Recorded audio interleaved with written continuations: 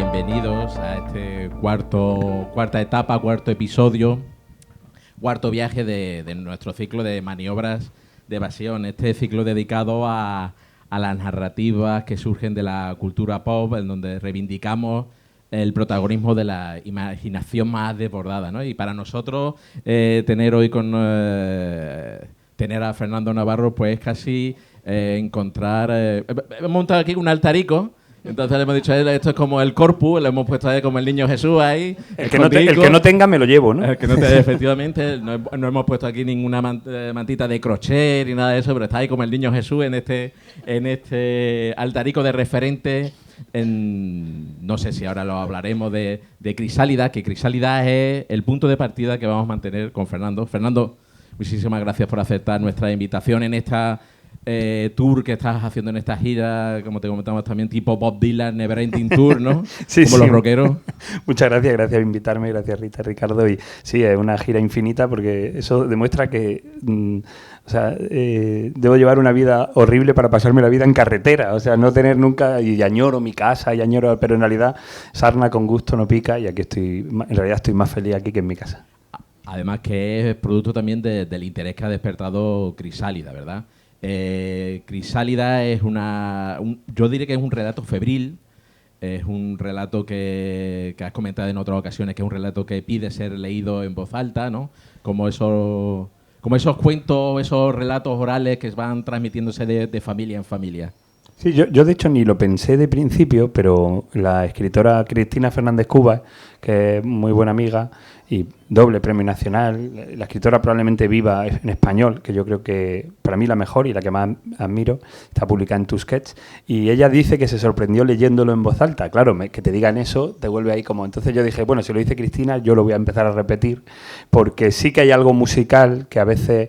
De hecho, hay cierto atropello que se puede producir en los primeros minutos de lectura que si se leen en voz alta desaparecen, igual que si uno intenta cantar una letrilla de flamenco que no la puedes leer, pero si la intentas cantar ya entiendes la métrica un poco más. Y yo creo que eso no está hecha con esa intención, pero ayuda a veces a meterse en la cabeza de esta pobre niña.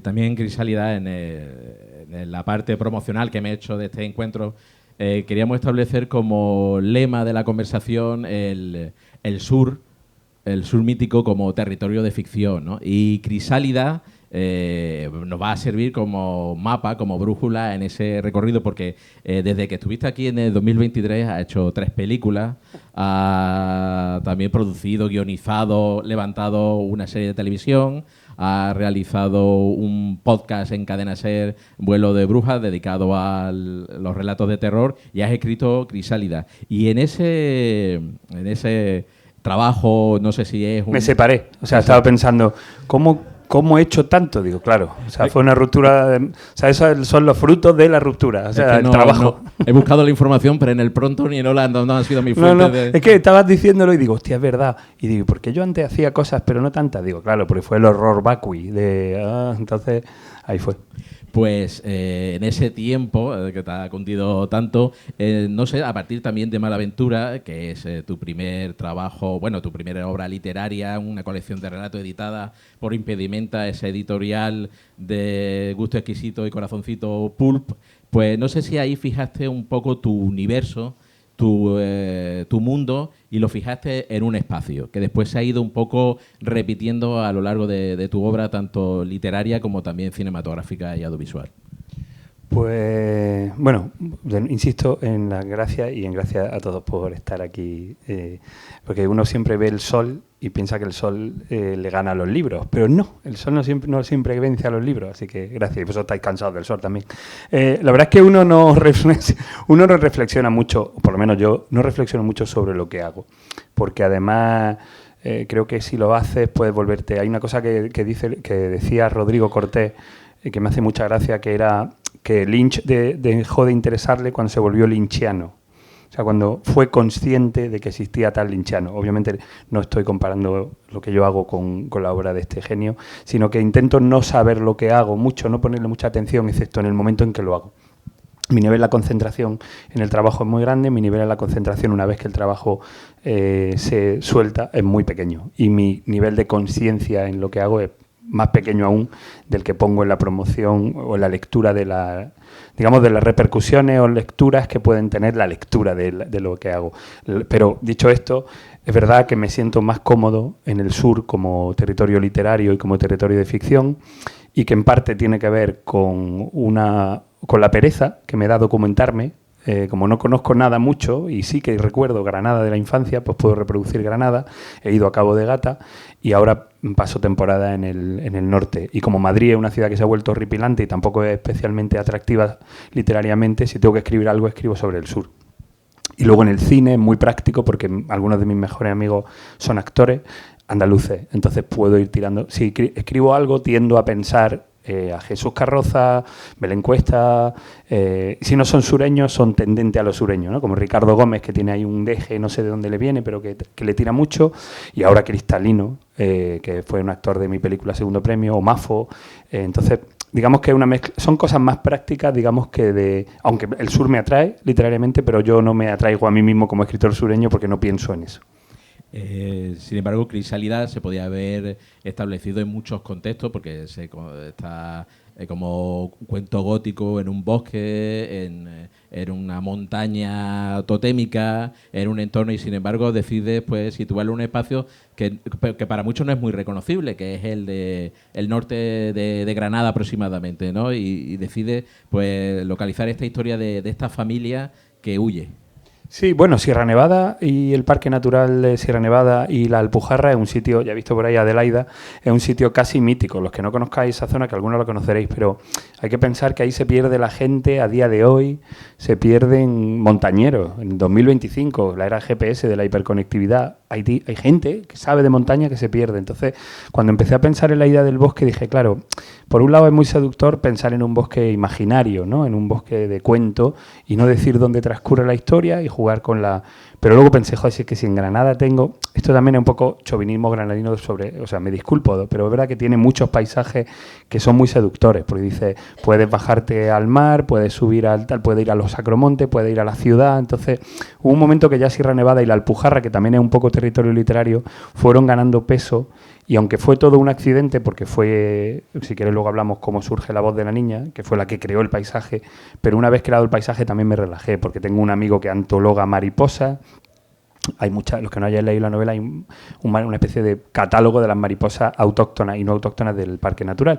Y eso lo hace mi amigo Juan Enrique Gómez, un periodista del Ideal. Entonces era todo que me lo iba poniendo fácil. Yo pasé unas temporadas en la infancia en una aldea, en Ferreirola, en Sierra Nevada. Entonces, decía, claro, si lo voy construyendo todo. Y de hecho, entre Sierra Nevada y la Alpujarra, que suena muy bonito, pero tampoco es fácil llegar donde llegan ellos, ¿no? Hay un poco de trampa muchas veces, de la trampa del escenario real, ¿no? Pero claro, era volver a sitios que conocía y eso lo podía hacer más evocadores, describir mejor el sonido, los olores, ¿no? Y eso fue lo que... Y luego es que Sierra Nevada en sí, no la ve ahí, es poderosa, es peligrosa y es casi viva, ¿no? Nosotros de niños en Granada la vemos como un ente, porque es muy grande y los días nevados es muy poder y te impone, ¿no? Entonces dije, bueno, para unos niños vivir en esa sierra debe ser casi como vivir en una aventura, ¿no? También lo estuvimos comentando en la Feria del Libro de Málaga, donde estuviste también, esa particular geografía que es la de lo penibético, ¿no? La llanura, la vega, y sin embargo esa presencia de esa... Nosotros la tenemos aquí con la Cuesta del Cielo, ¿no? Y mira uno la Cuesta del Cielo, ese gran tótem, y te pregunta, ¿qué hay detrás, ¿no? ¿Qué se esconde en esos espacios? Sí, que eso, o sea, ahora ya lo bueno de que, o sea, como sabe mucho, entonces todos los libros que todas las cosas que quiero ir citando acaban apareciendo por aquí, porque ahí está la Alpujarra y aquí está Hanging Rock, que realmente es para mí la primera obra en la que, debe haber antes otras, pero una en la que de repente una piedra se vuelve un misterio, ¿no? Entonces eso es la hostia, ¿no? Literariamente ya lo tiene, y además yo vi Pin en Hanging Rock más o menos adolescente, el libro lo leí mucho más tarde, y es eso, ¿no? Cómo el sitio en el que vive o que conoces está en los sitios que te gusta leer, aparece, ¿no? Y eso es genial, porque de repente no tienes que irte. Yo me acuerdo cuando yo daba clases de guión, las pocas veces que he dado clases de guión, porque, en fin, tiene tela, muy, muy cansado y es muy difícil, y yo no sé dirigir a la gente y explicarle. De repente muchos primeros guionistas llegaban y eran como... Joe Markham, que vive en Florida. Yo decía, ves, tío, eres de La Chana. En este concreto era un chico de mi barrio. Digo, ¿cuándo has estado tú en Miami? ¿Cuándo has conocido a un Joe Markham? Digo, escribe sobre eso mismo, pero si quieres hacer un Scarface, que era lo que él quería, escribe los chorizos de tu barrio, que son lo mismo que Scarface. Y para mí siempre ha sido muy, muy importante que cuanto más cerca, más lejos puedes viajar. Es decir, si tú quieres viajar a Lovecraft, a Frankenstein, a Drácula, a lo gótico, hazlo desde la cercanía y el diálogo va a ser más bonito y se te va a ver menos el plumero, por otra parte. Te van a pillar menos en lo que intentas hacer porque la cercanía no va a dejar ver. Yo hice un artículo para Mondo Sonoro hace muchos años sobre Lori Meyers. Era una entrevista a los Lori Meyers, al grupo de Granada, y entonces les dije que escogieran 10 discos, 5 del mundo y 5 de Granada. Y se veía que con esas dos referencias se podía construir una discografía y que era muy chauvinista, de nuevo. Como la charla va sobre el sur, todo el perdón que tengo que pedir sobre chauvinismo sureño y granaíno está ya a partir de aquí. Además que Granada está, somos el límite, nosotros somos frontera con Granada. Es decir, incluso había unas ventas muy famosas ahí que se llamaba El Límite. Claro, es como la roya. Entre Mira que poner fronteras, pudiendo ser estos malaventureños. Sí, ¿no? Creamos una comarca que nos mole. Pero, hostia, a Kiko Veneno, por decir algo parecido en Murcia, le liaron una porque fue a cantar, perdona la digresión. No. Fue a cantar, porque uno nunca sabe dónde están los nacionalismos. Fue a cantar a Murcia y dijo, Murcia, qué bonito sois, tal, no sé qué. Dice, pero estáis aquí muy solos, ¿por qué no venía a Andalucía? ¡Fuera! De repente salió el orgullo murciano, el pobre Kiko. Bueno, vale, perdón. Pero decía, ¿por qué no suben? O sea, de repente hizo un alegato de la anexión territorial y el murciano se conoce que no se lo tomó bien. Pero bueno, dicho esto, que realmente sí que si los territorios de la literatura, de la infancia y de la juventud pueden convertirse en tus territorios y convertirse y de repente unirlos y de eso sale algo, a mí me parece muy, muy rico, muy estimulante y te permite seguir escribiendo. Has comentado el tema de la búsqueda de la voz en Crisálida y también conectándolo con el sur, la infancia y el sur siempre están como muy conectados, ¿no? No sé si es un tema de la búsqueda de la Arcadia feliz o de esa patria, y el sur siempre es como una metáfora de la huida hacia los mares del sur. Sí, es curioso, es verdad eso que dice. Digamos que el sur sería como la infancia del territorio, ¿no? Porque hay algo en el sol, en la bonanza, es esa idea de que te protege. Y luego, es verdad, no lo había pensado, pero conforme lo estabas diciendo, en el gótico sureño, claro, La noche del cazador, Matar a un ruiseñor, ¿no? Los libros y el otro también. El otro de Thomas Tyron, que ese sí está editado en Impedimenta, son relatos de iniciación sureños, ¿no? Y curiosamente, Víctor Erice, que anda por ahí, claro, la película totémica sobre la mirada infantil hacia un padre, que se llama El Sur, no transcurre en el sur, pero coloca el sur, que eso a lo mejor para cierta generación, esa película y ese director, ¿no? La idea de... Pues yo me acuerdo que lo veían, ¿no? El sur, los pósters del sur en la generación de mis padres, y a lo mejor terminó de conformar el sur como un espacio. Luego, por supuesto, toda la literatura sudamericana y norteamericana, pero puede ser, sí, no lo había pensado, pero sí que hay algo ahí de regreso a la Arcadia esa que es bonita. Y nada, surge tu voz. ¿Cómo surge tu voz? Porque ahí hay una como lucha de dos personajes que son Nada y el capitán, que yo no sé hasta qué punto el capitán es más protagonista que Nada, porque al final es el planeta solo a través alrededor del cual van pues orbitando el resto de personajes. Sí, el protagonista, de hecho, a mí me gusta el capitán. El capitán es el personaje del padre que se lleva a vivir a estos niños a la sierra, ¿no? Pero está contado. Me gusta ese tipo de historia en cine o en literatura en la que un personaje cuenta a otro, ¿no? Moby Dick. Es decir, el capitán Ahab no es el narrador, pero es el protagonista. Mad Max. Mad Max 2, también el niño al que cuenta, cuenta el personaje ese mítico, ¿no? ¿Y eso qué hace? Claro, porque eso lo vuelve mítico. Un niño mirando a un personaje adulto aporta a la narración una mítica que... Entonces la voz de Nada, que fue la que inspiró la novela, porque yo quería escribir una historia que no fuera sureña, precisamente esto que decía, que no era que no lo decía por hacer reír, sino que no soy consciente de lo que hago hasta el punto que la aproximación a la novela tenía que haber sido más fría, nada sureña, ¿no? Tenía que haber sido en un bosque cualquiera centroeuropeo. Y fue el inicio del párrafo, la primera página, de despierta, niña, despierta, escucho la voz del capitán, eso que apareció, no diría soñado para no pasarme de Jodorowsky, pero sí un poco, apareció un poco, ¿no? Estando yo medio enfermo y tal, y dije, claro, podía ser una primera persona y podría ser una persona infantil. Y si es así, probablemente tendría que ser andaluza. Entonces esa voz conforma la propia mirada al capitán, que de hecho apareció la palabra capitán, luego me han dicho Capitán Fantastic, película que no he visto, que yo lo estaba haciendo por el Capitán Ahab, por Walt Whitman, pero fue el párrafo accidental el que inspira el hecho de la mirada sobre el capitán, que sí, que es un personaje central, capital y sobre el que el que realmente cuenta lo que ocurre, o sea, hace, ¿no?, las acciones que pasan en la novela. Ellos solo están reaccionando a sus acciones, ¿no?, los niños. Y ese capitán, un personaje que me parece, como estás comentando, mítico, muy poderoso.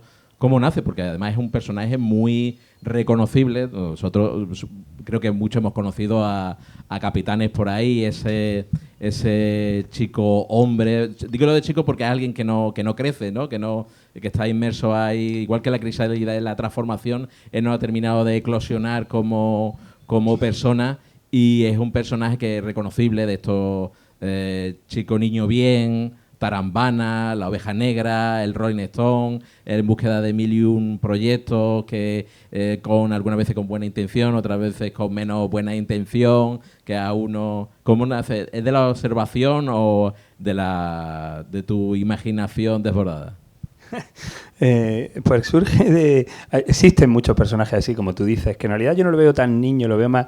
Hay una figura que a mí me interesa mucho literariamente, que es el Wanderer de la literatura beatnik, ¿no? Ese hombre que pierde el empleo y se sube a un tren, ¿no?, en la Dust Bowl, ¿no?, en la gran crisis, y que va recorriendo los territorios haciendo cualquier tipo de trabajo, ¿no? Entonces eso...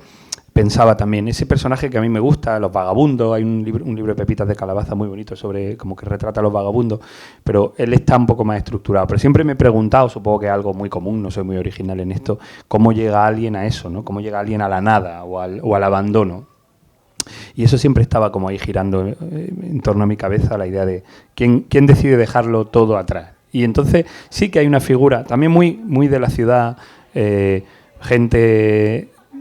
que bajo el influjo de Federico García Lorca, de la Facultad de Filosofía y Letras, del flamenco, del punk, de la movida, de la posmovida, todo eso me junge, que quiere ser poeta pero no termina de escribir buena poesía, que quiere ser cantautor pero no termina de... Flamenco... Sí, esa idea del tarambana, que es trágica para mí, porque el tarambana no es artista, porque nunca ha llegado a ejecutarlo, y si el tarambana además tiene hijos, porque pasa una época, porque luego el personaje gira, ¿no?, pero pasa una época de concupiscencia, se enamora realmente de la madre de su hijo, pero al mismo tiempo eso empieza a ser una carga.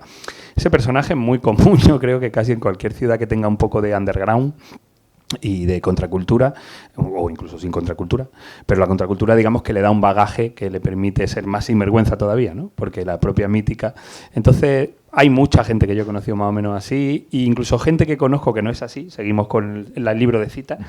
Antonio Arias de Lagartija Nick, si no hubiera sido Antonio Arias, su personalidad, que es fantasiosa y de ir a un sitio a otro y de conectar lectura y tal, probablemente hubiera sido un capitán. No digo que el pobre Antonio, que me disculpe si ve esto, pero digo, ese tipo de personalidad ansiosa, pero interesante, pero no, si le salen mal las cosas, puede acabar siendo un capitán. Entonces Granada es muy caldo de cultivo de eso, yo creo, o cualquier ciudad que tenga como un foco cultural muy claro, ¿no? Entonces me pareció interesante que nuestro villano, o el aparente villano de la novela, que además es el protagonista, fuera moralmente muy ambiguo. Y como tú dices, entrara y saliera de la novela como cayéndote bien, cayéndote mal, ¿eh?, pensando que es un perdedor, pensando que puede salirle bien las cosas, ¿no? Esa era la idea un poco. Y conectándolo también con el western, también me sugiere la figura del renegado. Es este personaje fronterizo que reniega de su clan o de su condición social y decide, pues bueno, irse a la frontera. Sí, además en este caso el capitán es un niño bien con peros, porque es de una familia medio bien, pero él realmente nunca tiene nada porque nunca le dan nada. Entonces, como reacciona a que no le den nada, digamos que se desclasa, que es una cosa, dice, bueno, pues en realidad por rencor hacia su familia hace el viaje opuesto y dice, bueno, pues voy a abandonaros y me llevo a los míos, a mis niños, a mis cachorros y voy a inventarme la civilización, ¿no? En eso sí que hay un rechazo, como dices, sí, y luego por ejemplo, en el final de Malaventura, que hay un personaje, un padre, que sería la versión buena del capitán, porque era un padre también con muchos trabajos, ¿no? Que ha probado cosas y no le ha salido. Digamos que hay algo en esa figura que me interesa porque la gente que no hace las cosas del todo bien me parece literariamente muy interesante para meterlo en el género, ¿no? Como más interesante que... Por eso, no sé, esa torpeza, esa especie de cosa pasada y excesiva genera tensión. Entonces, toda su... y la violencia que tú dices, por eso, claro, es un personaje fronterizo, realmente. En frontera, incluso en la frontera entre la locura y el sentido común que él tiene siempre y que lo bordea. Entonces, parece un personaje, y va vestido como un personaje de western, ¿no? Porque va con botas camperas, se hace una cresta de mohicano, lleva camisas vaqueras rotas, ¿no? Una escopeta. Claro, armas de fuego, sí. Y la relación que se establece, porque hemos estado viendo tu obra, ¿no? Y tú dices que tú no eres consciente, pero el espectador, lector, sí va tomando, y además cuando lo ves desde un punto de vista más analítico, sí va pues conectando puntos, y las relaciones paterno-filiales recorre toda tu obra, no de una manera muchas veces muy evidente. O sea, está como el padre ausente, pero que sí son como un poco la línea que une mucho de tu narroverso. Creo que me gusta hablar de la familia. Eso sí me gusta, pero me gusta también cuando lo leo. Que la familia, digamos que en torno a argumentos de género, narrativos, ¿no? De aventura o de acción o de terror, sí que haya una especie de familia descomponiéndose o componiéndose. Porque a mí, es un tema que me interesa como lector, que me interesa como espectador y que también me produce melancolía. La familia es muy melancólica, ¿no? Y al mismo tiempo es básicamente una cosa que sí me importa mucho es el desamparo. Digamos, el desamparo sí que puedo identificarme con esa palabra como algo que me mueve a escribir y que me mueve a leer y a ver películas. Entonces yo entiendo que la familia es precisamente lo opuesto al desamparo. Entonces muchos de los personajes están buscando una familia a la que pertenecer, o huyen de una familia a la que o intentan recomponer los trozos de una familia que no han logrado recomponer. Pero eso yo creo que viene más por influencia que casi por preocupaciones. Digamos, mis preocupaciones personales o de origen social o político casi nunca entran en la literatura o en el cine. Entra más la idea de cosas que puedan emocionar y que puedan tocar a cualquier persona, sea cual sea su bagaje. Y yo creo que el desamparo y pertenecer y sentir que pertenece es algo que es universal, ¿no? También la dialéctica entre... Perdona una cosa. Hay una trilogía de películas que no la hemos citado aquí, que son la trilogía del desamparo, de hecho, que alguien apócrifamente la llamó así, que es Inteligencia Artificial, Minority Report y Atrápame si puedes, que son 3 películas de 3 personajes solitarios que huyen, buscan, encuentran, pierden a su familia, ¿no? Y esas películas que yo vi teniendo entre 20 y 20 y poco años, ¿no? Porque creo que Inteligencia Artificial es 2001, son todas post-2001. Dejaron un pozo muy fuerte, no sé por qué. Recurro mucho a ellas, pienso mucho en ellas, en esas 3 películas de Spielberg, de madurez, ya de un autor que había sido muy rechazado, y siempre pienso en esa idea del desamparo como un motor. Y Spielberg es el rey de la emoción. Yo no hago muchas cosas que tengan que ver con él, pero sí hay un vínculo que él consigue establecer con el espectador que me parece muy llamativo, y que a lo mejor yo, que busco el cariño y el amparo a través de la obra, igual es una herramienta que uso ahí como torticeramente para que me quieran más o para que quieran a los personajes. Por ejemplo, una película tuya que está muy conectada con Crisálida, creo que es Verónica, ¿no? Sí. Creo que son como primas un poco. Sí, en cuanto al desamparo que estás comentando, ¿no? Esos niños independientes que viven en una casa, también el territorio, en ese caso un barrio obrero, y cómo la niña Verónica, está viviendo una transformación. Sí, en esa película además que hay un referente que era el que también anda por aquí. Está por ahí, Stephen. Aparte, Huracán en Jamaica, sí. Que era una cosa que hablábamos mucho Paco Plaza y yo. En realidad el referente era Huracán en Jamaica y Cría Cuervos, porque nos gustaban los reinos infantiles. Esa idea de un momento en el que los niños toman el control de la narración y ya todo lo que ocurre está a esta mirada, ¿no? A esta altura, ¿no? Hasta el punto que siempre fantaseamos con nunca rodar a los padres. En este caso a la madre. Lo que pasa es que apareció Ana Torrent y ya hicimos el vínculo directo con El espíritu de la colmena y con Cría Cuervos. Pero sí que Verónica y Crisálida tienen en común la idea de eso, del reino de los niños, de una niña mayor que tiene que hacerse cargo de algo que le supera un poco y luego un barrio obrero, que en ese caso era Vallecas, y que servía para ser el barrio universal. Todo el mundo que ha vivido en un barrio obrero, de hecho, ni yo soy vallecano ni Paco lo es, pero los dos Paco Plaza, co-guionista y director, aparte de director de REC, él decía, yo vivo de un barrio tal, tú también, entonces vamos a convertir el barrio en un espacio gótico, ¿no? Que siempre llamamos en la película el gótico vallecano, porque sí que conseguíamos imaginar que los bloques de edificios eran mansiones, que los recorridos por los descampados eran páramos, ¿no? Y imaginábamos esa niña rodeada de fantasmas como si fuera, que es algo muy parecido a lo de Crisálida, es decir, espacios, si no urbanos, por lo menos reconocibles, convertidos en espacios mitológicos de literatura casi siempre anglosajona, ¿no?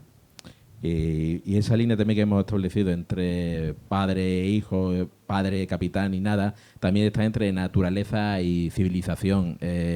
No sé si te he leído o escuchado que Crisálida, no sé si es un poco una respuesta a esa última literatura que abraza lo rural como el espacio ideal para huir de la civilización, y que tampoco es tan así, ¿no? No tanto una respuesta, porque no me senté en plan, venga, voy a meterme con estos escritores pijillos que defienden que lo rural es la salvación de las almas, ¿no? El neoruralismo o el nature writing. Yo, digamos que veo la naturaleza, al principio la veía como algo hostil, pero en el proceso de comunicación de Crisálida me acordaba mucho de Alien, de Ridley Scott, y pienso que es más bien indiferente. Es decir, al bosque tú no le interesas, o a la naturaleza tú no le interesas, no te necesita para sobrevivir, no necesita tus patatas, porque ya creará tubérculos a través de la humedad y de la tierra, y no necesita tu mirada. No niego que haya algo interesante en la mirada del hombre hacia la naturaleza como regreso a la patria o algo así, ¿no? Y la huida de lo urbano. Pero para mí lo urbano, no en el libro, pero un poco sí, pero bueno, bastante ahora que pienso, porque realmente lo urbano es civilización en el sentido de que es hospitales, colegios, librerías, es decir, un sitio donde estás protegido. Y de hecho, Cuarzo, el niño silencioso, el hermano mayor, que es como el que quiere hacer el viaje de regreso, su obsesión es por formar parte de ese mundo que ha abandonado, porque ese mundo es civilizado, ¿no? Entonces, hablando con amigos, por ejemplo, y pensando en la literatura de Santi Lorenzo, por ejemplo, que él se retiró a un pueblo, pero dice que lo peor que hay en el mundo es un pueblo. Esto no es un pueblo, no estoy insultando a Nerja, porque esto es una ciudad con mar maravilloso. Somos pueblos. ¿Sí? Reivindicamos pueblos. Bueno, pero los pueblos que no son Nerja son... No. No, lo que quiero decir que hay... Es decir, está el lema de pueblo pequeño, infierno grande, ¿no? Eso es. No, pero lo que digo es que la idealización y la solución de tu vida. Entonces, el capitán que tiene ese sueño, ¿no? De voy a las montañas, voy a Sierra Nevada y salvo a mi familia de los miedos que tengo que pueden venir con el avance de la civilización.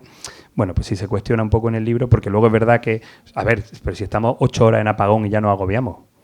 1 hora sin wifi es un infierno. O sea, ¿cómo no va a ser difícil vivir y aprender a vivir en la civilización? Nos dicen que nos compremos un kit absurdo y nos volvemos locos, ¿sabes? O sea, como pilas, radio, transistor. Entonces, yo creo que no estamos preparados para lo que supone, llevamos muchos años de alegre civilización como para ahora renunciar a ella. También señalar que en esa búsqueda de tu voz, tú eres un escritor, no sé si con el don o con la condena o la maldición de necesitar contar historias. Es decir, tú trabajas por encargo y buscas... Eso sí que es una maldición. Pero también tienes la oportunidad en esas historias que haces por encargo, pues no sé si tu tono autoral, tus temas, aunque yo sé que tú eso de los temas lo reniegas, pero ¿cómo Crisálida tú sientes que ahí has encontrado o no tu voz? Sí. Después de Malaventura, que es como una construcción, ¿no? El pilar de... Sí, o sea, a ver, escribir por encargo realmente te pone en tu sitio, ¿no? Y yo creo que mi relación con la literatura y con mi voz, si existiera, es muy, digamos, de negación, porque en cuanto, ¿no? Yo estoy aquí con vosotros o leyendo algunas cosas que no las leo, pero me las cuentan o me las mandan, que se dicen del libro y parece que uno... Pero claro, a la semana siguiente estás con un productor, esto es una puta mierda. O sea, de tu guión, ¿no? O primer acto falla, está fatal. O el cuestionamiento continuo de tu trabajo como guionista te pone muy en tu sitio. Entonces te das cuenta que escribes también para esa gente, para tu productor, para tu director, para los actores. Entonces, digamos que...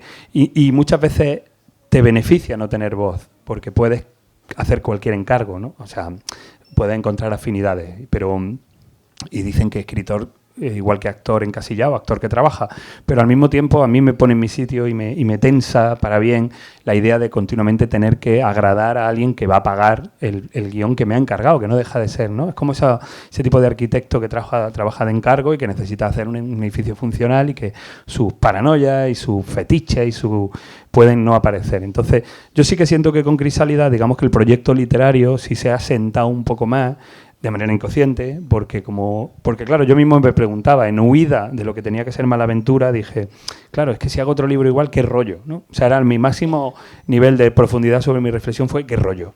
O sea, esas fueron las dos palabras que articulé que demostraban mi conciencia de obra. ¿En rollo por qué? Porque digo otra vez lo mismo. Entonces dije, otra vez voy a hacer porque se consideraba que era muy masculino. Dije, bueno, pues ahora molaría hacer una cosa un poco más femenina y una mirada a personaje femenino o una voz femenina, aunque ya había niños en Malaventura. Entonces yo, habiendo continuidad, que tiene que ver con el hecho de que soy yo quien la escribe, no sentía que iba a sentar el proyecto, aunque se habrá sentado, sino que sentía que... Y además era una novela, que las novelas son muy difíciles de escribir. Entonces yo estaba pisando territorio virgen, inexplorado, y ni siquiera sabía si iba a llegar a buen puerto, porque me he dado cuenta, ahora cuando veo novelas que así como que digo, esta novela es una mierda, ya no lo digo, porque uno se da cuenta cuando escribe una novela, la, digamos, dificultad que tiene la sensación de vértigo, de ir avanzando, de construir palabras y de que tienen que tener sentido y crear un universo. Y al final Malaventura, que era una colección de cuentos entrelazados que formaban una novela, pero desde lo vago, ¿no? Porque no había tenido yo que... Eso sí que fue un reto, ¿no? Decir, bueno, ahora te sientes escritor cuando escribes la novela y encuentras tu voz, digamos, en esa novela. Pero yo ahora, además, para terminar esta parte que me preguntas, no sé qué voy a escribir ahora. O sea, por culpa de esto, porque ahora ya no sé qué hacer. Tengo que hacer Malaventura, tengo que hacer Crisálida, hago otra cosa, pero y si la gente no le gusta, porque yo solo busco escribir para que me den abracicos y me digan qué bien, tal, ¿no? Para encontrar el amor de la gente, que te digan, ¿no? Qué alegría. Entonces, eso te desorienta un poco. Entonces, por eso tampoco pienso mucho en esto. Pero tú te lo pasas bien escribiendo, es decir... Malaventura muchísimo, los guiones muchísimo, Crisálida no. Crisálida no me lo pasé bien, pero porque estaba perdido, porque no sabía, me daba miedo decepcionar a Enrique, a mi editor, a Impedimenta, me daba miedo no que nadie supiera. El que dice que se divierte mucho en un proceso creativo no miente, pero es verdad que hay una parte de tormento. A lo mejor un escritor de séptima, novena, décima novela, pero yo tenía mucho vértigo porque no sabía si iba a terminar el libro, si iba a tener sentido, si lo iba a acabar, si iba a estar bien, ¿no? No sé, me supone una sensación extraña, ¿no? Porque, como te comentábamos, 3 novelas, un podcast, una serie de televisión, es decir, ese conflicto que te crea que tiene cierta facilidad para contar historias y, sin embargo, a la hora de lanzar la novela te sientes como más inseguro. Bueno, porque yo creo que además la literatura es cosa seria. O sea, quiero decir, hay muchas novedades, vosotros lo sabéis, las mesas están llenas de libros de editoriales que editan preciosamente de libros que quieren leer, entonces hay una responsabilidad, o por lo menos yo la tengo, a lo mejor igual es demasiado tomarse en serio el oficio del libro. Yo no me tomo en serio mi trabajo, pero el libro sí, el libro, los libreros, los editores, entonces hay una responsabilidad extra que con el cine igual tengo menos, porque el cine es industrial y con el cine, con cualquier guión, con mi peor guión, crea una media de 70 puestos de trabajo, más seguramente, llegando a los distribuidores. Y eso ya es una industria. Entonces yo sé que cuando empiezo a escribir un guión, hago algo bueno, porque hay gente que vive de que yo escriba un guión. No literalmente, pero es decir, que se pone en marcha una maquinaria que lleva a mucha gente a llevar un sueldo a casa. En un libro hay algo más solipsista, más solitario, es una industria más pequeña, muy, muy bonita, pero al mismo tiempo muy feroz, ¿no? Por la idea de las novedades y tal, y eso por un lado, aparte que luego escribir una novela que sea una mierda, pues siempre te impone, porque dices, que claro, ¿qué sentido tiene? Entonces sí que hay un vértigo en la literatura, aunque luego yo una vez que me pongo dentro, la concentración, pues encuentra momentos de diversión, pero no fue una escritura fácil, tampoco fue un tormento, ¿eh? Simplemente fue, bueno, exigente, ¿eh? Yo quería hacerla bien, quiero hacer esto bien. Y otro conflicto también que he podido... Parece una sesión de psicoanálisis esto, ¿eh? Sí. Voy a poner voz de porteño. Sí, Aide, tú me aconsejas, tú haces de coach. Pues la dialéctica entre lo masculino y lo femenino. no sé si a lo mejor paralelismo entre lo sobrenatural y lo terrenal, porque en tu obra la mujer es la poseedora del don sobrenatural, ¿no? Me ha parecido siempre, y los hombres se comunican a través de la violencia. Sí, eso sí es literal, pero eso en realidad ya no solo es a través de lo que yo hago, sino a través de lo que yo percibo. Es decir, a mí me gusta el western y el terror, ¿no? O sea, aunque lea El cuaderno gris de Josep Pla y a Elias Canetti, ¿no? Pero digamos, mis gustos últimos, que son gustos conformados en la infancia.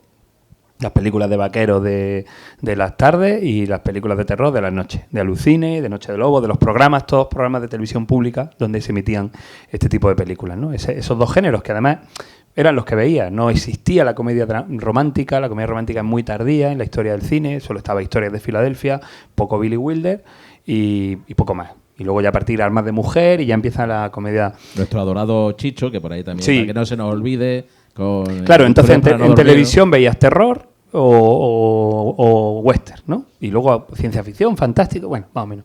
Entonces en mi cabeza eso ya genera ese amor a esos dos géneros, valga la redundancia. Y para mí los westerns son historias masculinas, porque lo son, digamos, el arquetipo, y el terror son historias femeninas, Poltergeist, El exorcista, La semilla del diablo, Pesadilla en Elm Street, todos son historias femeninas, en el cine, sobre todo. Las reinas del grito, que se llaman, ¿no? Las reinas del grito. Entonces, de alguna manera, cuando yo afronto un encargo en el cine, siempre digo, ¿es un western o es de terror? Entonces, es un western, Bajo Cero, Carra Lejalde. Es de terror.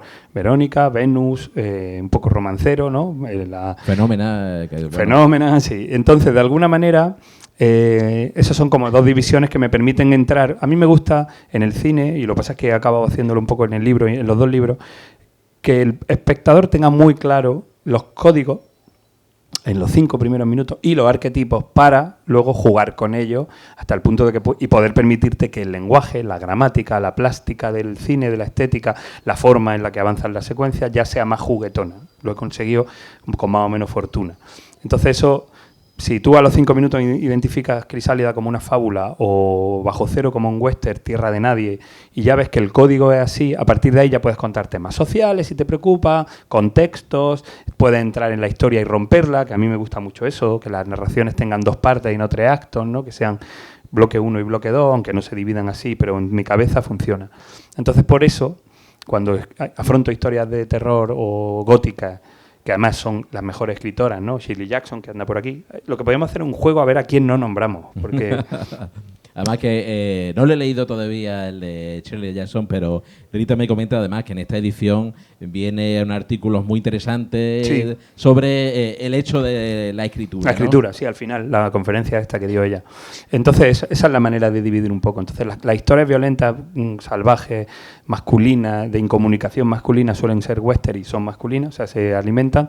Y las historias de búsqueda de la identidad, de la pérdida de la identidad, que es de lo que va Verónica, Venus, y también de cierta desexualización consciente que hago. En Crisálida la niña no está sexualizada, en Venus desexualizamos rápidamente a Esther Expósito, la ponemos como una gogó y rápidamente le plantamos un chándal y le quitamos la forma. En Verónica la niña no entra el juego del sexo, ¿no? Porque es hacia la pérdida de identidad, ¿no? Hacia la sensación de dejar atrás lo que se supone que va a ser y ya no sabes lo que eres, ¿no? Entonces, en esos códigos más o menos me sitúo para contar una de las dos historias, pero lo hago a términos prácticos, o sea, como en plan, sobre todo para yo saber qué estoy escribiendo. Y eso lo hacía en el cine y lo he trasladado a la literatura. Y en Crisálida juega al terror, no puro y duro, pero sí a la evocación y al misterio, ¿no? También a través de una narradora no fiable. Sí, yo creo que a mí por lo que me gusta el terror, aparte de porque es un gusto adquirido por la infancia, es porque el género fantástico es el único que permite dentro de una historia narrativa hacer uso de la poesía, de las imágenes de la poesía, porque son cosas que no deberían de ocurrir, cosas que... Entonces esa idea de que la textura de la poesía entre en una historia narrativa, es decir, esto de algo que le pasa a alguien, que no es simplemente como las películas de Terry Malick o las novelas poéticas, que son básicas, bueno, digo Terry como si fuera mi amigo, pero es que he leído tantos libros de los años 70 como Aquel que está allí, que a muchos directores, que son contemplativas, ¿no? Entonces, el terror tiene eso, puedes crear imágenes poéticas. Poética no implica necesariamente bellas o positivas, también pueden ser poéticas oscuras, ¿no? Y entonces esto me ha pasado a veces que escribiendo Crisálida o las películas de terror he podido leer a Pizarnik o a Emily Dickinson o a algunas poetas y recurrir a sus imágenes y a recurrir a sus metáforas porque dentro de la textura de un sueño pueden entrar. Entonces esa idea de la narradora no fiable de Crisálida, de una niña que sueña y que despierta y que recuerda a su infancia y a su padre y a su hermano, claro, es muy sugerente para poder construir con el lenguaje de lo gótico un lenguaje más poético. Además era un espacio también típico y totémico como es un sanatorio mental, ¿no? Claro, que tiene doble intención, ¿no? La idea del aislamiento muy decimonónico, donde siempre hay una mujer que anda por un sanatorio, y al mismo tiempo la idea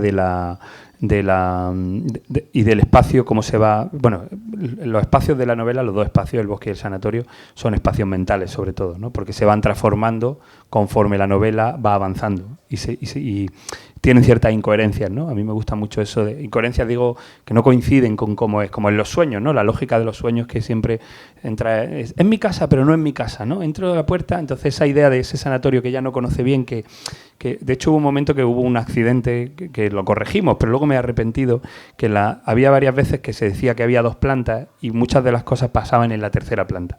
Y yo no me había dado cuenta. Y entonces mi editora me dijo, corrígelo porque es un error. Y dije, sí, dije, ¿y si lo dejamos? Y dijo ella, no, porque va a aparecer un error. O sea, va a parecer que tú... Vale. Pero sí que era la sensación de que esa planta, ¿dónde está? ¿No? Y tampoco queríamos seguir contribuyendo a la confusión. Claro. Pero esa idea de que el sanatorio se conforma sobre el recuerdo... Claro, ella está recordando su infancia en un sitio que también parece que está recordando, ¿no? En un sitio que no es real. Y eso, que no es real, quiero decir que se va conformando. Eso me parece bonito, sobre todo, para la descripción de los espacios también. Y tampoco está situado de una manera muy clara el tiempo. No se dice de una manera concreta. Uno intuye que es a finales de los años 80 porque aparece la Junta de Andalucía, entonces dice, bueno, pues si no aparece la Junta de Andalucía no nos dan el sello del libro andaluz, nos retiran la nacionalidad, nos echan de Andalucía, nos ponen a vivir en Murcia. No voy a soltar un spoiler, pero bueno, le pasa algo a uno de la Junta de Andalucía, ¿no? Entonces... Poco les pasa. Hay algún funcionario en la sala, hay algún funcionario... pero sí... Queremos funcionarios. Sí, pero ahí juegas también un poco a lo etéreo y no a la... Bueno, realmente sí que o sea, hay para los que no hayan leído el libro, hay digamos, la parte de los recortes sí que sitúa más o menos la época. Lo que pasa es que no sabes desde dónde lo está contando ella, pero sí sabes más o menos cuándo le pasó a ella, o por lo menos a partir de cuándo, porque hay un momento en el que hay referencia a un sitio real y a un par de episodios reales que ocurrieron en Europa y en la India, donde dices, bueno, pues a partir de aquí, ¿no? Pero sí que al mismo tiempo molaba que fuera lo suficientemente abstracto. O sea, a mí me gusta, Malaventura era exactamente igual, las cosas eran las que te decían cuando estaba transcurriendo la acción, los coches, las palabras, que no hubiera móviles, que tal, no sé qué, entonces lo va acotando, pero esto, fíjate, no es una idea de ocultarse, sino una idea estética. A mí me gustan mucho las películas, por ejemplo, una película que me encanta y siempre vuelvo a ella, que es La Isla Mínima, de mi querido compadre Rafael Cobo, uno de mis mejores amigos, y con el que trabajo mucho. Esa película que transcurre en el 81, y te lo pone muy claramente, podría transcurrir en el 60, porque salvo un Chrysler y bueno, y obviamente el tema de la transición, pero estéticamente, y esa idea me gusta, la idea de la Andalucía estancada, una Andalucía que podrían pasar 100 años sobre ese territorio y realmente no ha variado tanto. Ha variado muy poquito. De hecho, la Alpujarra, es básicamente un territorio estancado, que ahora ya sí, por lo que me dicen, se está transformando un poco por culpa de los amables turistas que vienen a dejarnos su impronta maravillosa en los territorios, pero parece ser que hay un estancamiento, o sea, salvo los últimos 15 años, la Alpujarra cambia muy poco. En el libro de Adelaida, que ya habla un poco de la Alpujarra del pasado, es que es el mismo sitio, y eso me interesa mucho, lo que hay lugares que se estancan, que es muy americano también.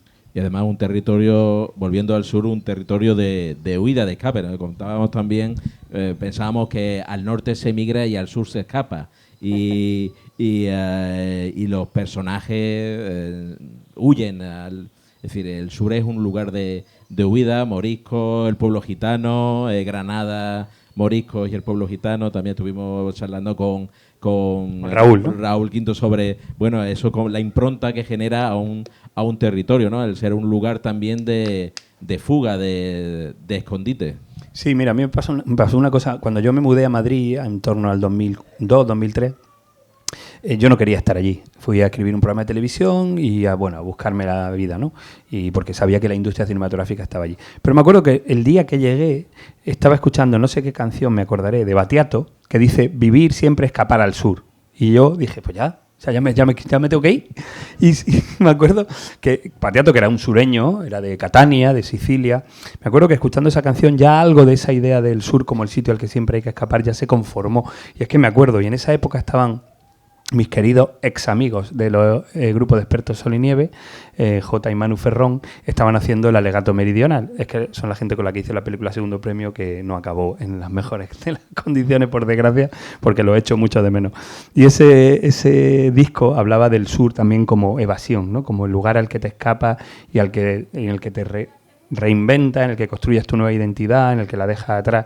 Y era todo por el mismo tiempo. Entonces sí que ahí seguramente inconscientemente ya se estaba conformando eso. Y tienes razón que hay algo de resistencia también, ¿no? De resistencia Es un lugar también, ¿no? Lo comentábamos también con respecto a Sevilla, de resistencia identitaria, pero también también un tema también afín a ti, que es el de los guerrilleros, lugar de resistencia, los moriscos, lugar de resistencia. No sé si por el emplazamiento, por la sierra, por el territorio. Sí, además, los moriscos en este caso entran como guiño. O sea, que claro, cuando uno cuenta las entrañas de un libro parece que son tonterías, pero luego conforman el libro. Yo me acuerdo que cuando, claro, El Resplandor de Stephen King, que Stephen King anda por ahí, hay una cosa muy importante que es lo indio, ¿no? El pasado de los indios americanos, de los nativos americanos llamados ahora por la corrección. Mira, tenemos ahí el único indio bueno también. Eso es, de Stephen Graham Jones. Entonces, era muy importante en ese libro de repente. Y había estado leyendo yo a Sherman Alexie, un escritor nativo americano, y también a Stephen Graham Jones, y decía, claro, los moriscos son nuestros indios. Son la civilización previa, o los moros, o los árabes, ¿no? O el Islam, ¿no? Digamos, que estuvo aquí, y que se fue y parece que desapareció, ¿no? Y hay algo de añoranza del capitán romántica, idealizada, un poco como hablamos antes de los románticos ingleses, ¿no? Que convierten España en un territorio exótico, pero ya teníamos más exotismo del que había. Entonces esa idea de cómo entran los moriscos como última forma de resistencia, que me parece muy romántica, muy bonita, y que también te lo dicen mucho en Granada, era establecer un guiño con la cultura americana y con la cultura pop americana, que a veces guiña a los nativos como esa especie con melancolía, ¿no? Como los que sí sabían de qué iban las cosas, que seguramente es de nuevo una romantización extrema, ¿no? Y está idealizado. Pero hay algo también ahí bonito, y yo pensaba mucho en eso. Digo, claro, si El Resplandor guiña mucho al hecho de que sobre donde se construyó el Overlook Colorado está construido sobre cementerios indios, que también es recurrente en el terror incluso de serie B y de derribo, el cementerio indio, ¿no? Que al final no deja de ser la memoria. Pues dije, bueno, esto es bonito para traerlo aquí de vuelta, ¿no? Y me acordaba mucho de una canción de 091, que es El deseo de Sierpe y Roja, que tiene ese título tan bonito de esa añoranza de la rebelión, ¿no? Y de rebelarte y de ir en contra de lo que se supone que tienes que ser. Los años 70 también son un referente para ti en tu obra o en tu universo también de gusto cinematográfico y aquí, bueno, tenemos algunos referentes, American Gothic, también el Euro-Western, y has comentado en otra cosa, también Quentin Tarantino, sí, con Érase una vez en Hollywood. Estas familias también tienen un poco de referencia a esa familia, a los Manson, a esa nueva, esa evolución que tuvo el Flower Power, un poco ya distorsionada de los años 70 del fracaso del sueño americano. Y tiene que ver con el fracaso del sueño de la democracia, un poco, que no es un fracaso. Digo la democracia, del inicio de la democracia, ¿no? Sobre todo de los cachorros, antes lo veníamos hablando, ¿no? Cuando decías tú qué tarde hemos llegado a todo, ¿no? Esa idea de que el capitán llega tarde, ¿no? A eso, porque recién llegada la transición y entrada la democracia, él ya siente que se ha perdido algo, ¿no? Y eso le pasa a Charles Manson, ¿no? Entonces son periodos de crisis donde estalla la violencia en territorios que yo hermano mucho la California de los 60 con la Granada contracultural y flamenca, ¿no? Y ahí hace un vínculo, que es un vínculo que solo está en mi cabeza, que no existe ningún libro que haga ese análisis, pero que para mí sí que se asemeja al personaje por lo que le deben, que eso es hay que, ¿no?, tenerle mucho miedo a la gente que cree que alguien le debe algo, ¿no? Y el capitán es así, y Charles Manson era así, eran personajes peligrosos, y también hay un auge de lo New Age, de la contracultura como religión, ¿no? Esa idea del capitán es muy hipócrita, el personaje advierte de los peligros de su familia ultracatólica y él acaba casi formando una religión en la que dice lo que hay que hacer, ¿no? Y esa hipocresía también me parecía que dialogaba bien con ese fin del sueño, que más que el sueño americano es como ni siquiera el sueño del New Deal, ¿no? Como hubo una década ahí de más o menos de bonanza económica y de repente eso se va viniendo abajo y también cuando la juventud toma el control, la violencia aparece, ¿no? Que eso Pasolini siempre advertía mucho de eso, ¿no? Y a mí me parece interesante como tema porque el capitán, no sabemos la edad que tiene, pero parece que tiene 30 y algo, ¿no? Y es como el último estertor, el retorno de Saturno, esa crisis que ocurre cuando tienes que hacerte mayor. Y yo creo que en común esas dos sociedades, digo, la sociedad de los bohemios granadinos y la sociedad tienen en común que eran sociedades de niños que se resistían a hacerse adultos, ¿no? Y a asumir sus responsabilidades. ¿Y cómo haces el balance entre esa búsqueda de tu voz propia y tú como lector y fan del cine, esas referencias? ¿Cómo juega al homenaje y cómo juega a decir, oye, me estoy pasando o me estoy quedando corto o me gustaría desecharlo porque se me va a notar demasiado? ¿No? Es como las películas de Almodóvar que ves el libro allí encima, que te señala y te subraya cuál es su referente. ¿Cómo jugar a esconderlo y a mostrarlo al mismo tiempo y mantener tu voz? Yo creo que nunca he dicho de mí mismo me estoy quedando corto. O sea, que nunca me controlo. Lo que pasa es que hay una cosa que no me gusta, que es la cita directa. No me gusta mucho, me gusta más esconderla en torno a referencia. Y luego, eso que dices, por ejemplo, en las películas de Almodóvar, que es verdad que te planta iluminada la portada del libro que te gusta.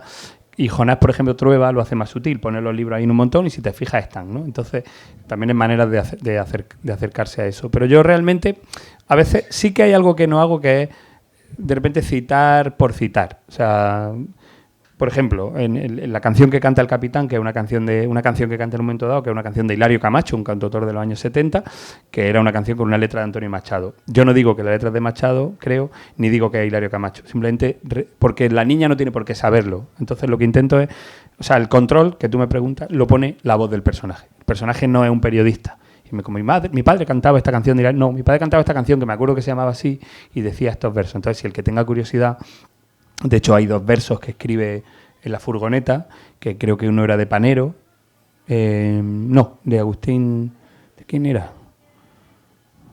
Poetas de la generación del 50 o de Claudio Rodríguez, ahora no me acuerdo porque no quería citarlo, no por faltarle el respeto, sino porque la niña no tendría por qué recordar esos nombres, ¿no? Y la niña está todo el rato hablando de los libros que lee muchos libros porque el padre le deja diariamente un libro cada vez que sale de la furgoneta, pero se entiende, ¿no? Uno, La isla del tesoro, 20.000 leguas de viaje submarino, ahí. Entonces se trata de que lo pilles, pero nunca se va a citar porque me parece que es la voz la que debe. Entonces esos planos que dice Almodóvar, que dices tú de Almodóvar, son unos planos curiosos desde el punto de vista porque es el director diciéndote el libro que le gusta. Pero yo que el punto de vista de la historia me parece que tiene que ser muy preciso. Claro, yo no lo haría porque yo no soy el director. O sea, yo soy el director, yo soy el narrador, pero no estoy contándolo yo, lo está contando mi personaje. Entonces, hace que el personaje lo haga, eso es que el director te señala algo. Pero porque para mí el punto de vista narrativo en el cine y en la literatura es muy importante. El que define que algo pueda pasar. Y ahora está, bueno, casi ya no sé si decir que estás terminando tu gira, pero... la segunda gira andaluza termina hoy y la semana que viene no sé dónde estoy. A la Feria de Madrid, comentaste la Estaré en Madrid, la Feria de Madrid, pero al final sí. O sea, hoy acaba la segunda gira andaluza. Esa, no voy a decir si es una reivindicación del sur o es una visión del sur. ¿Cómo perciben los lectores que no son del sur tu universo? Bueno, es decir, no sé si muchas veces tenemos la sensación desde el sur, de la periferia, que somos exóticos. Somos exóticos. Un poco sí. Qué gracioso. No sé, una vez que estaba, no me acuerdo en qué sitio, en una reunión de trabajo que estaba diciendo tal, no sé qué, dice, y ya había publicado el libro, dice, ¡ay, qué gracioso! Iba a decir qué gracioso hablas, creo, y le dije, para. Digo, si dices qué gracioso hablas, me levanto y me voy, porque no soy tu bufón. O sea, no soy andaluz para hacerte reír, yo hablo así porque... Entonces, la defensa del lenguaje, que no es una reivindicación, sino es una defensa de la naturalidad del lenguaje andaluz y de todo esto, obviamente se percibe mucho mejor en Andalucía. Los territorios se parecen, la manera de ser se parece, la influencia del flamenco, aunque no a todos nos gusta el flamenco, lo contracultural que tú has dicho, lo libertario también un poco. Pero bueno, también es verdad, el carácter de fábula del libro le permite vivir libremente y no tener... Y sí que hay algo exótico y hay mucha gente que... Lo que más me llama la atención es que quieren visitar Sierra Nevada, buscar la montaña del Tigre, que es una montaña que sale en el libro, que no existe, que la pobre Alba Flores, con la que presenté el libro en Madrid, mi amiga Alba, actriz increíble, con la que he trabajado a menudo, estaba allí y dice, pero no me jodas que la montaña del Tigre no existe. O sea, ¿cómo no existe ese sitio? Digo, sí, Sierra Nevada sí, pero el lugar no. Entonces, que también es divertido, ¿no? Conformar, que es de lo que estamos hablando sobre todo, conformar el territorio real y añadirle cosas que son mentiras. Entonces... Pero es verdad, el exotismo está ahí y supongo que de alguna manera hay una mirada exótica hacia el andaluz que mira al mundo, ¿no? O sea, que también, porque se vuelve todo... Y claro, si cuentas de tu tierra y luego conoces las cosas y los detalles y las palabras, pues sí, supongo que algo de eso hay. Pero intento no pensarlo mucho. No, me refiero no, porque muchas veces cuando hay ocasiones donde uno puede narrar pues el realismo mágico y alguien desde fuera entiende que eso es exótico, pero decía, no, esto es... puro naturalismo. Yo le escribo desde mi naturalidad, desde lo cotidiano, ¿no? Desde la intención de que sea exótico. Bueno, de hecho eso está bien que lo digas, porque lo que sí hago para alimentarlo es contribuir a la idea de que no es realismo mágico, que es realismo.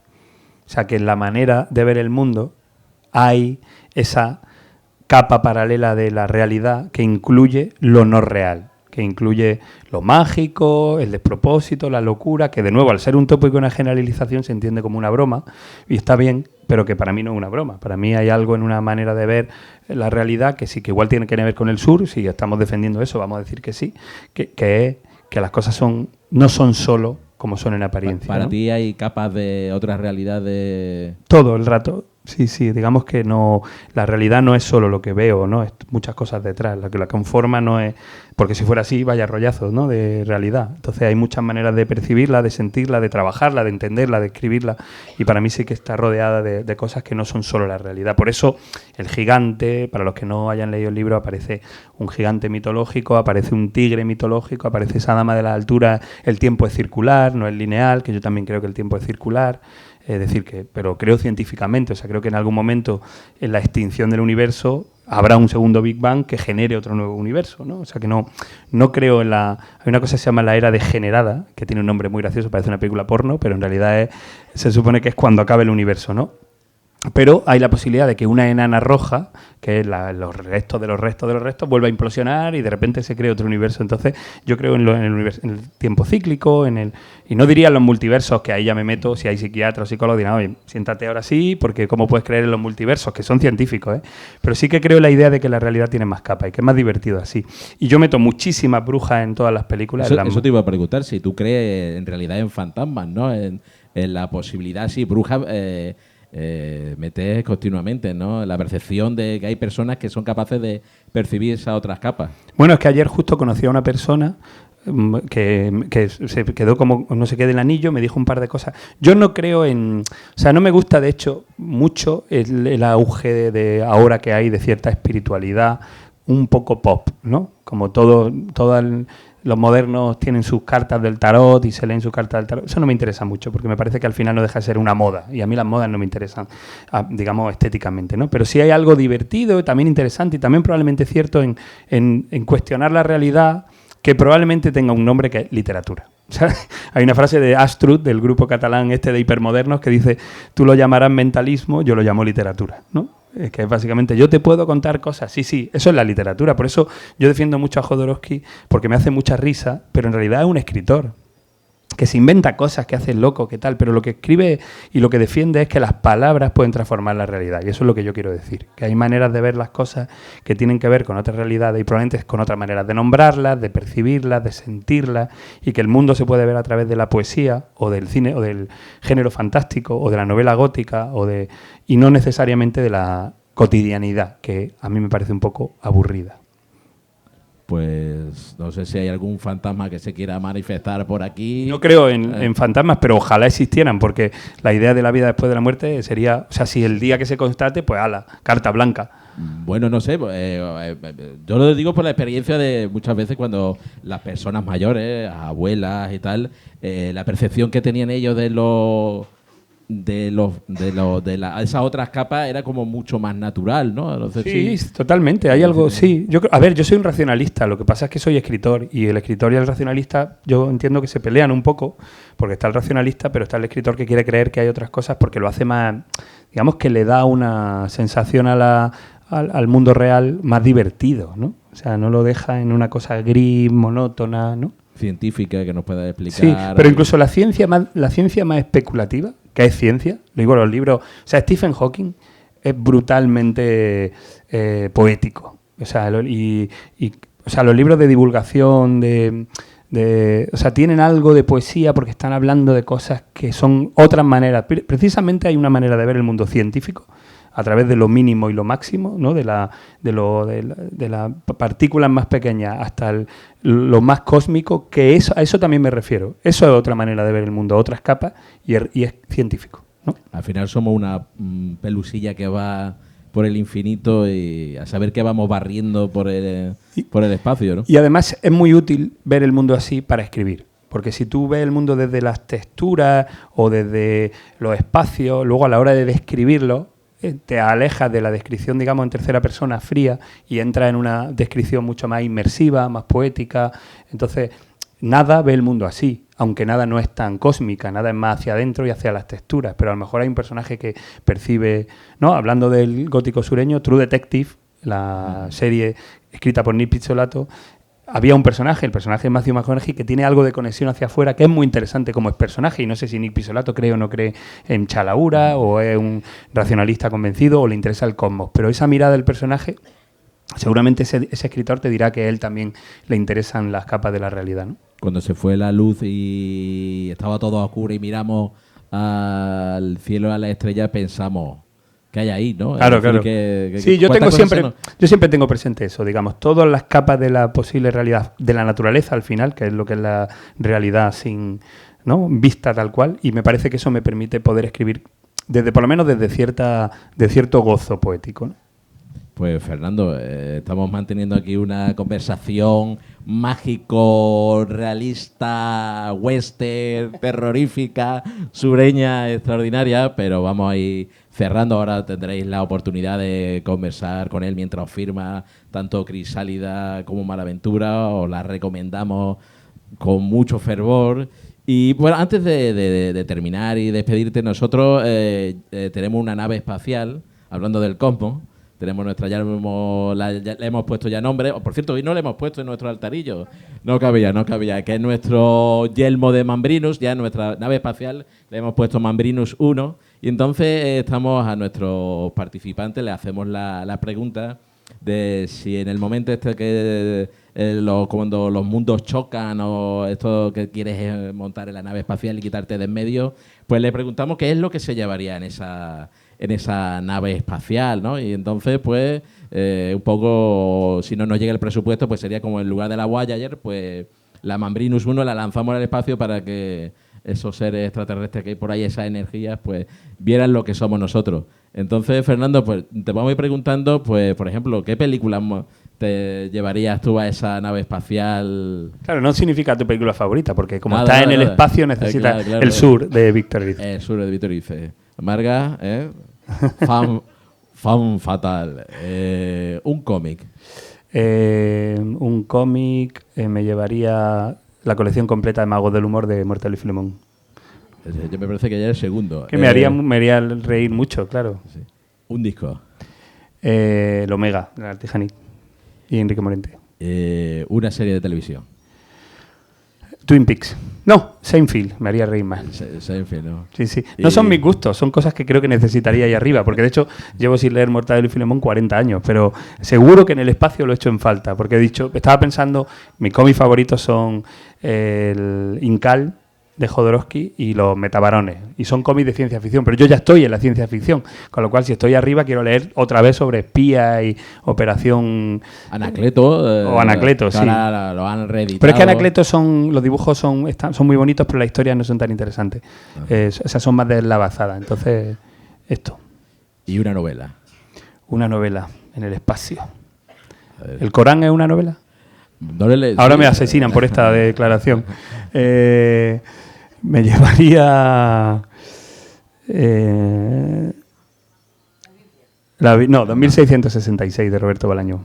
Porque como no la entiendo y es un buen tocho, podría... O sea, me encanta, ¿eh? Me flipa. Además es una novela inconclusa y me gusta muchísimo. Entonces podría volverla a leer, ir viendo las claves que tiene muchas claves, hay cosas que se me escapan, dónde está Archimboldi y tal, entonces podría entenderla. ¿En la nave va a algún lado?